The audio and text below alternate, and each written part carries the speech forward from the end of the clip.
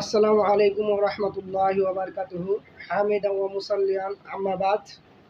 আউযু বিল্লাহি মিনাশ শাইতানির রাজিম। বিসমিল্লাহির রহমানির রহিম। একজন মানুষের জন্য কুরবানির নিয়ম আল্লাহ রাসূল সাল্লাল্লাহু আলাইহি ওয়াসাল্লাম বলছেন, ইয়া আইয়ুহান নাস ইন্না আলা কুল্লি আহলি বাইতিন আম্মান খাসসাতান উযহিয়া লিন-নাস। করণীয় হচ্ছে আমাদের ৭ হিস্সাতে কুরবানি দেওয়া ওই সব মানুষদের জন্য যাদের করণীয় গরিব, বা তারা আজকে খাচ্ছে কালকে খাচ্ছে, ২ দিন পরে কি খাবে তার দিশা বাহিক নাই।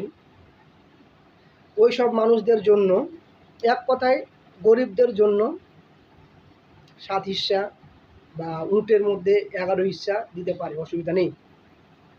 কিন্তু জাস্ট যারা মালদার বা যাদের মধ্যে পয়সা অহরহ অঢল সম্পত্তি, তাদের জন্য আল্লাহ রসুল সাল্লাল্লাহু আলাইহি ওয়াসাল্লাম বলছেন, ইয়া আইয়ুহান নাস ইন্না আলা কুল্লি আহলি বাইতিন আম্মান খাসসাতান উযহিয়া লিন-নাস।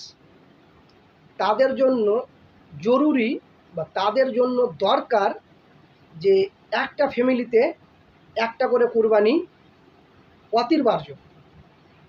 ইয়া আইয়ুহান নাস ইন্না আলা কুল্লি আহলি বাইতিন আম্মান খাসসাতান উযহিয়া লিন-নাস।